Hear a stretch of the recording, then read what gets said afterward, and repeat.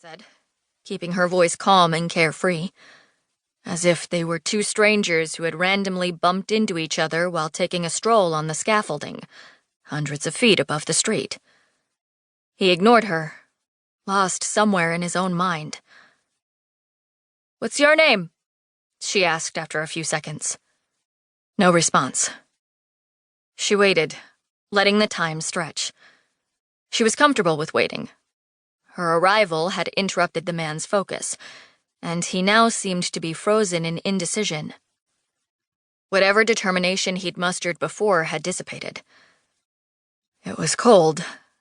Abby had her long coat on, a sweater underneath, and a woolen hat. But she'd left her scarf and gloves back in her car. She had one hand shoved in her pocket, but she gripped the freezing scaffolding with the other, and wasn't about to let go. Her nose and ears already felt like icicles. The words, "I'm cold," hovered on her lips. It was basic human interaction. If you were cold, you mentioned it, because it was something to say, and it was a way to create a connection, to start a conversation. But even such a simple comment hid a trap within, because "I'm cold" was about her, and the worst thing she could do right now was make it seem like she wanted to talk about herself. "It's cold," she said instead.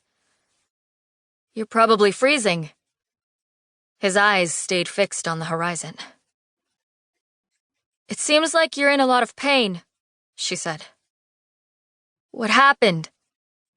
His jaw clenched as if the question prodded his thoughts. But he also shifted slightly away from the edge, turning so that he could see her from the corner of his eye. Abby waited, hoping he'd talk again. She needed something, anything to get him inside.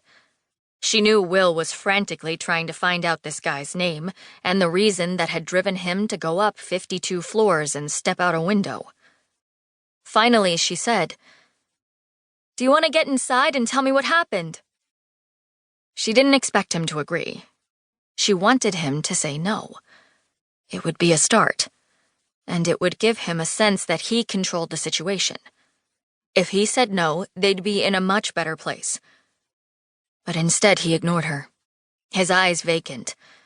He patted his pockets again, his motions erratic, clumsy. The movement of a drunk. "Do you want a warm drink? I can get you a thermos with hot coffee or tea." Those sounded amazing to her right now.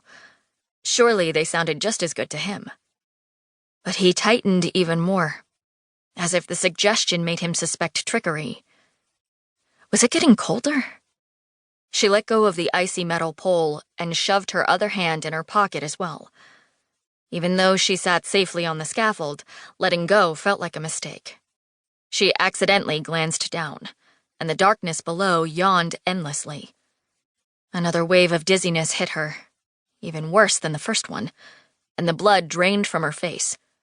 She dug her fingernails into her palm as hard as she could, the pain clearing her mind. She quickly raised her eyes and focused on the skyscrapers. It was an amazing view from up here.